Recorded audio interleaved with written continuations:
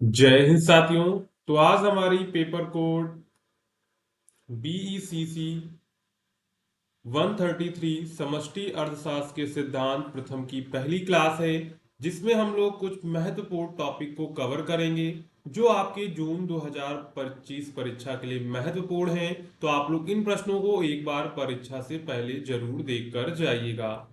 और अगर आपको ये क्लास पसंद आती है तो वीडियो को लाइक एंड कमेंट करके जरूर जाइएगा कि आज की क्लास आपको कैसी लगी, जिससे आने वाली वीडियो नोटिफिकेशन आपको टाइम टू टाइम मिलती रहेगी। आपकी जितने भी पेपर कोर्स हैं सभी क्लासेस आपको कंप्लीट करवाई जाएंगी, जिससे आपको जून 2025 का जो एग्जाम है वो अच्छे से हो सके। अगर आपको अपनी तैयारी और अच्छे से करनी है तो उसके लिए आप लोग जो है गेस पेपर को डाउनलोड कर सकते हैं। उसके लिए सिंपली आपको गूगल पे जाना है, सिंपली टाइप करना है shop.hindustannowledge.com। ठीक है, जैसे ही आप यहाँ पर सर्च करेंगे shop.hindustannowledge.com तो आपके सामने इस प्रकार का जो है पेज आ जाएगा। ठीक है, तो यहाँ पर सिंपली आपका जो भी पेपर कोड है वो आपको यहाँ पे डाल देना है। जैसे पेपर कोड हमारा है BECC 133। जैसे आप टाइप करेंगे तो यहाँ पर देखिए हिंदी में आ गया, आपका इंग्लिश में आ गया। तो जिसमें भी आपको डाउनलोड करना है सिंपली आपको उस पर क्लिक करना है। क्लिक करने के बाद यहाँ से आपको बाय नाउ पर बटन क्लिक करके अपना जो है परचेज कर लेना है।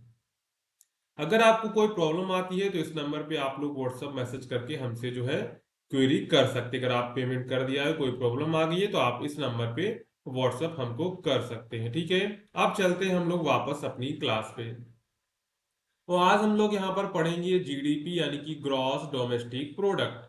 तो जीडीपी यानी कि ग्रॉस डोमेस्टिक प्रोडक्ट सकल घरेलू उत्पाद किसी देश की आर्थिक स्थिति को मापने का एक प्रमुख मानक है। यह एक निश्चित समय अवधि में आमतौर पर एक वर्ष में देश की सीमा के भीतर उत्पादित सभी वस्तुओं और सेवाओं की कुल मौद्रिक मूल्य को दर्शाता है। आसान भाषा में कहा जाए तो जीडीपी से हमें यह जानकारी मिलती है कि कोई देश आर्थिक रूप से कितना उत्पादन कर रहा है और उसकी अर्थव्यवस्था कितनी मजबूत या कमजोर है। आपने जीडीपी शब्द बहुत बार सुना होगा कि हमारे देश की जीडीपी बढ़ रही है, घट रही है, कि शिक्षा में जीडीपी का इतना परसेंट है। तो यहाँ पर आज आप लोग जीडीपी पढ़ेंगे तो आपको बिल्कुल अच्छे से समझ में आ जाएगा। आप देखो जीडीपी को समझते हैं सरल भाषा में। जीडीपी क्या है? भारत देश के अंदर जितनी भी चीजों का उत्पादन, सेवाओं का उत्पादन हो रहा है वो सब क्या है? वो सब जीडीपी है। अगर देखिए सेवाओं का उत्पादन बढ़ेगा, रोजगार बढ़ेगा, जिससे पैसा बढ़ेगा, पैसा बढ़ेगा तो जीडीपी बढ़ेगी। यानी कि जीडीपी क्या होता है? जीडीपी किसी देश के अंदर एक वर्ष में जितनी भी सेवाओं वस्तुओं का उत्पादन हुआ है उसका जो कुल मूल्य है उसको दर्शाता है। जीडीपी से हमको जानकारी मिलती है कि कोई देश आर्थिक रूप से कितना उत्पादन कर रहा है और उसकी अर्थव्यवस्था कितनी मजबूत है या फिर कितनी कमजोर है। आप बात करते हैं कि जीडीपी का महत्व क्या है, इंपॉर्टेंस ऑफ जीडीपी। जीडीपी केवल एक आंकड़ा नहीं है बल्कि यह सरकारों, नीति निर्माताओं, निवेशकों और आम जनता के लिए एक मार्गदर्शक की तरह कार्य करता है। इससे यह पता चलता है कि देश की अर्थव्यवस्था विकास की ओर अग्रसर है या नहीं। यदि जीडीपी बढ़ रहा है तो इसका मतलब है कि देश में उत्पादन, रोजगार और आय के अवसर बढ़ रहे हैं। यदि जीडीपी गिर रहा है तो यह आर्थिक मंदी का संकेत है। देखो जीडीपी क्या है? कोई मानक आंकड़ा नहीं है। जीडीपी क्या है? जीडीपी से हमको पता चलता है अगर जीडीपी बढ़ रही है इसका मतलब है कि देश में उत्पादन, रोजगार और आय के अवसर बढ़ रहे हैं। अगर वही जीडीपी घट रही है तो इसका मतलब है कि देश में आर्थिक मंदी आने के संकेत हैं। अब यहाँ पर जो है जीडीपी को मापने के तरीके कौन कौन से हो सकते हैं उनको भी देख लेते हैं। तो जीडीपी को मापने के तीन प्रमुख तरीके हैं, जिसमें हमारा उत्पादन विधि यानी कि प्रोडक्शन मेथड। इस विधि में देश के निश्चित समय में जितनी भी वस्तुएं और सेवाएं उत्पन्न की गई हैं उनका कुल मूल्य जोड़ा जाता है और जीडीपी निकाल दी जाती है। इसके बाद है दूसरा मेथड है आय विधि यानी इनकम मेथड। इसमें देश के नागरिकों को विभिन्न साधनों से हुई कुल आय को जोड़ा जाता है, जैसे कि वेतन, किराया, ब्याज और लाभ।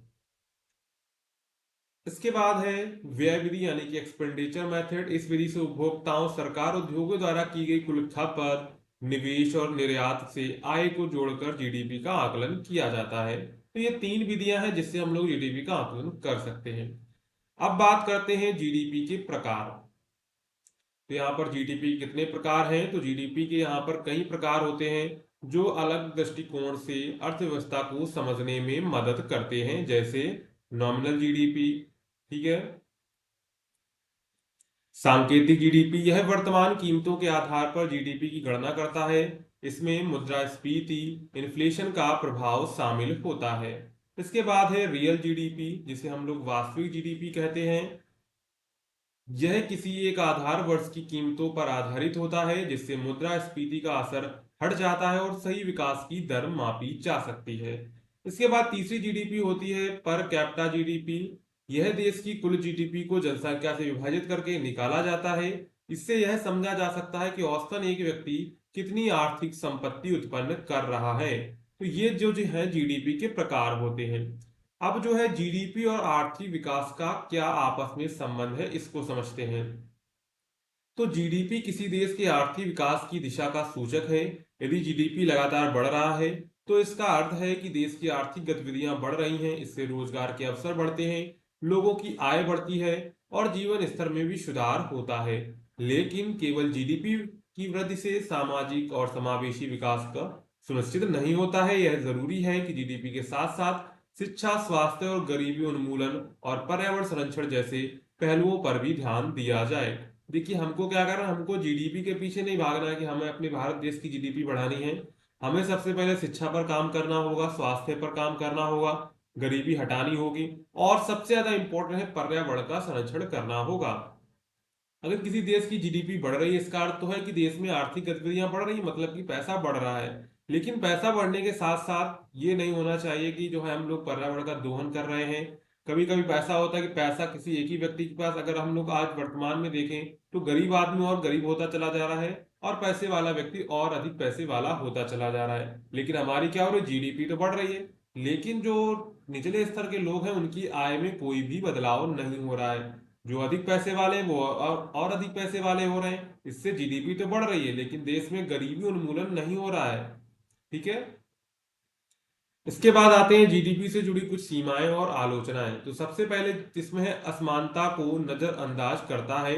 जीडीपी यह नहीं दिखाता कि देश की आय कैसे विभाजित हो रही है, यानी कि जीडीपी यह नहीं दिखाता है कि देश की आय कहां से आ रही, कि एक ही व्यक्ति पूरा पैसा दे रहा है, पूरी जो है पूरे देश को कंट्रोल कर रहा है।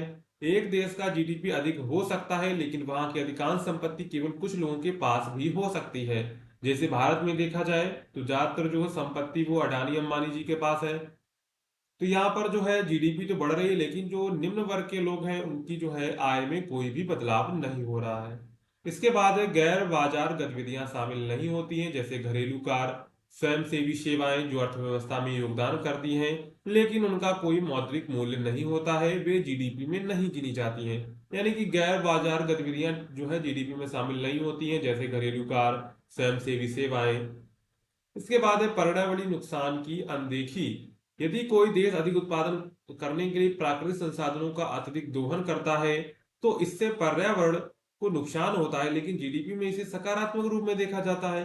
अब मान लीजिए कोई देश अधिक उत्पादन करने के लिए प्राकृतिक संसाधनों का दोहन कर रहा है, ये क्या है, एक नकारात्मक प्रभाव। लेकिन हमारी जीडीपी तो बढ़ रही है, इसे जीडीपी में सकारात्मक रूप से दिखाया जाता है, लेकिन ये इससे क्या होता है, इससे पर्यावरण को नुकसान होता है।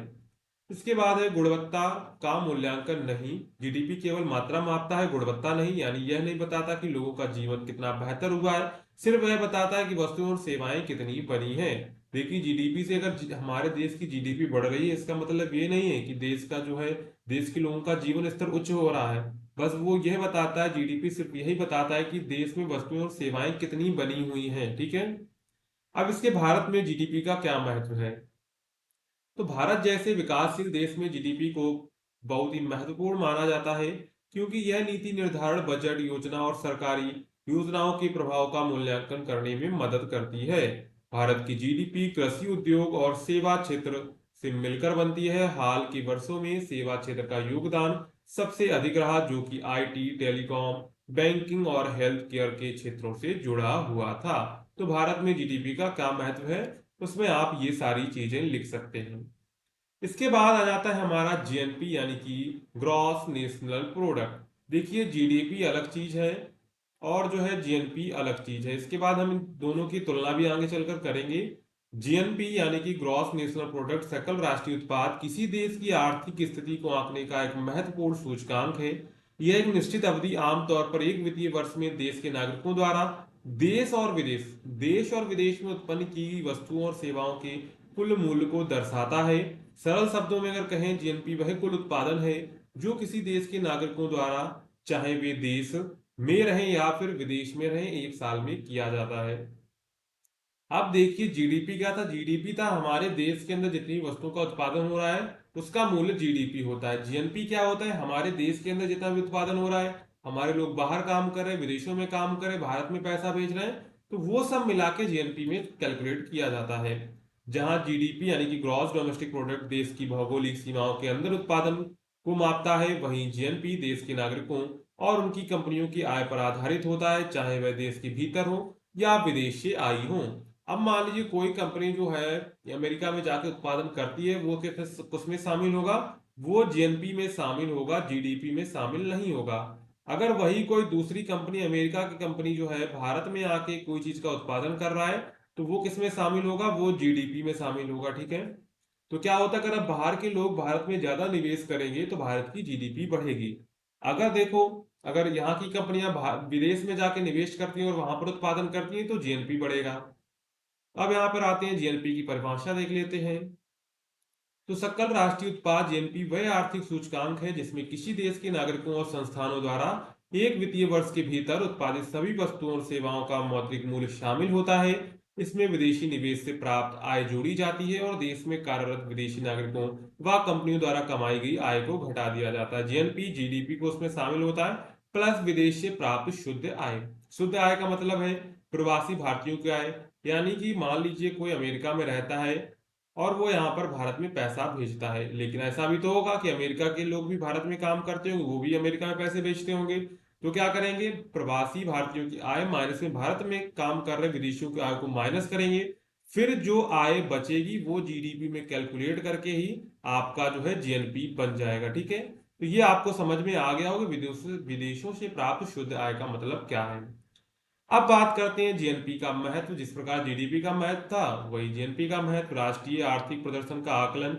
जीएनपी से पता चलता है कि किसी देश के नागरिक और कंपनियां पूरी दुनिया में कितना उत्पादन और कमाई कर रही हैं। यह देश की आर्थिक ताकत को अंतर्राष्ट्रीय स्तर पर परखने में मदद करता है। विकास नीति निर्माण। सरकार जीएनपी के आंकड़ों का उपयोग करके यह तय करने के लिए करती है किन क्षेत्रों में निवेश करना है और किस दिशा में आर्थिक नीतियों को आगे बढ़ाना है। देखो, अगर किसी देश की जीएनपी बढ़ती है तो इसका मतलब है कि उसका जो है अंतरराष्ट्रीय स्तर पर नाम होता है, उसकी आर्थिक ताकत का लोगों को अंदाजा होता है। इसके बाद निवेशकों के लिए मार्गदर्शन। घरेलू और विदेशी निवेशक यह जानने के लिए जीएनपी का विश्लेषण करते हैं कि किसी देश के नागरिक आर्थिक रूप से कितने सक्रिय हैं और उनकी विदेशी आमदनी कितनी है। इसके बाद अगर हम लोग बात करें जीडीपी और जीएनपी में टेबल के रूप में अंतर, सबसे पहला आधार क्या रहेगा, देश की भौगोलिक सीमा के अंदर जीडीपी निकालते हैं। देश की नागरिकों की राष्ट्रीयता, यानी कि देश के जितने भी राष्ट्रीयता भारत की लिए हुए विदेश में काम कर रहे हैं और जो देश में काम कर रहे हैं, उन सब की जो आय है उसको जीएनपी में जोड़ा जाएगा। इसके बाद गणना में शामिल देश के अंदर का उत्पादन। देश के नागरिकों द्वारा उत्पन्न उत्पादन, यानी कि नागरिक, जो देश के नागरिक हैं, वो चाहे कहीं भी उत्पादन करें, जापान में करें, कोरिया में करें, कहीं भी करें, वो सब आपका जीएनपी में शामिल हो जाएगा। इसके बाद विदेशी की आय शामिल नहीं होती है, शामिल होती है। इसके बाद विदेशी कंपनियां शामिल होती हैं। देखो, जीडीपी में विदेशी कंपनियां शामिल होती है अगर वो भारत में कोई चीज का उत्पादन कर रही हैं तो वो जीडीपी में शामिल होगा, लेकिन वो क्या होगा, वो जीएनपी में शामिल नहीं होगा। क्या होगा, जीएनपी में शामिल नहीं होगा। जीएनपी में क्या शामिल होगा, जीएनपी में शामिल होगा और कोई भारत की कंपनी जाके अमेरिका में उत्पादन कर रही तो वो आपका जीएनपी में शामिल हो जाएगा। ठीक है, उदाहरण के लिए, अगर कोई भारतीय कंपनी अमेरिका में मुनाफा कमाती है तो वह जीडीपी में नहीं परंतु जीएनपी में शामिल होगा। यदि यही कोई विदेशी कंपनी भारत में कमाई करती है तो वह जीडीपी में शामिल होगा, लेकिन जीएनपी में नहीं होगा। ठीक है, इसके बाद आ जाते हैं जीएनपी के प्रकार। वही आपका नॉमिनल जीएनपी, रियल जीएनपी और पर कैपिटा जीएनपी। तो ये सारी चीजें तो आपने वहीं पर पढ़ी थी, इसको आप पढ़ सकते हैं। इसके बाद आते हैं जीएनपी के लाभ। वैश्विक आय का आकलन। यह उन देशों के लिए उपयोगी है जिनके नागरिक बड़ी संख्या में विदेशियों में कार्यरत हैं, जैसे भारत, फिलीपींस, नेपाल आदि। राष्ट्रीय संपदा का बेहतर मापन। जीएनपी यह दर्शाता है कि देश के नागरिक विश्व स्तर पर कितने आर्थिक रूप से सक्रिय हैं, जिससे यह नीति निर्माण में अंतर्राष्ट्रीय दृष्टिकोण को भी शामिल किया जा सकता है। इसके बाद है विदेशी लेन देन का असर। यह दिखाता है कि किसी देश की विदेशी आय में क्या रुझान है, बढ़ रही है या फिर घट रही है। ठीक है, इसके बाद है जीएनपी की कुछ सीमाएं भी हैं। सभी नागरिकों को शामिल करना कठिन है। विदेश में रह रहे नागरिकों की आय का सही सही आकलन जो करना कठिन होता है, जिससे जीएनपी की सटीकता प्रभावित हो सकती है। इसके बाद है देश के भीतर की आर्थिक गतिविधियों पर कम फोकस। जीएनपी देश के भीतर हो रही उत्पादन और विकास का सही तस्वीर नहीं देता है, जिससे कभी कभी भ्रम जो है हो सकता है। आय असमानता को नहीं दर्शाता। यह नहीं बताता कि आय किन वर्गों में जा रही है, केवल कुल योग दर्शाता है। यानी कि ये भी नहीं बताता है कि आय किस वर्गों से आ रही है, बस यह बताता है कि कहाँ से आ रही, टोटल बता देता है कि इतना जो है इस साल में इतनी इनकम हुई। इसके बाद गैर आर्थिक गतिविधियां शामिल नहीं होती, जैसे जीडीपी में भी शामिल नहीं होती थी, उसी प्रकार जीएनपी में भी नहीं शामिल होती हैं, जैसे घरेलू काम, स्वयंसेवक सेवाएं या प्राकृतिक संसाधनों का दोहन। ठीक है। इसके बाद है भारत और जीएनपी। तो भारत और जीएनपी, भारत जैसे देश के लिए जीएनपी विशेष महत्व रखता है, क्योंकि लाखों भारतीय विदेशों में काम करते हैं और हर साल अरबों डॉलर की राशि रिमिटेंस यानी कि विदेशी मुद्रा प्रेषण के रूप में भारत भेजते हैं। यह देश की अर्थव्यवस्था को मजबूती प्रदान करता है और विदेशी मुद्रा भंडार को बढ़ाता है। भारत में जीडीपी की तुलना में जीएनपी थोड़ी अधिक होती है, क्योंकि भारतीय प्रवासी विदेशों से आय भेजते हैं जो जीएनपी में जुड़ जाती है। ठीक है। अब इसके बाद चलते हैं नेक्स्ट पर, देखते हैं उत्पादन और रोजगार के केंद्रीय सिद्धांत की मुख्य विशेषताओं की चर्चा कीजिए। यानी कि उत्पादन और रोजगार के केंद्रीय सिद्धांत की कुछ मुख्य विशेषताओं पर चर्चा करनी है। यानी कि जो उत्पादन रोजगार के संबंध में जो केंद्रीय के सिद्धांत थे, उनके बारे में हम यहाँ पर पढ़ेंगे। केंद्रीय का कहना था कि जो मार्केट में अगर हमको रोजगार को कम करना है, उसके लिए हमको मार्केट में डिमांड लानी पड़ेगी, मतलब कि मांग को बढ़ाना पड़ेगा। तो मांग कैसे बढ़ेगी वो यहाँ पर हम लोग देखेंगे। ठीक है। तो 20वीं शताब्दी की महामंदी, ग्रेट डिप्रेशन के बाद पारंपरिक आर्थिक सिद्धांतों की असफलता ने अर्थशास्त्र में एक नई क्रांति की शुरुआत की। इस क्रांति के जनक थे जॉन मेनार्ड केन्ज, यानी कि जिन्होंने अपनी प्रसिद्ध पुस्तक the general theory of employment, interest and money 1936 में रोजगार, उत्पादन और आय से संबंधित सिद्धांतों की व्याख्या की।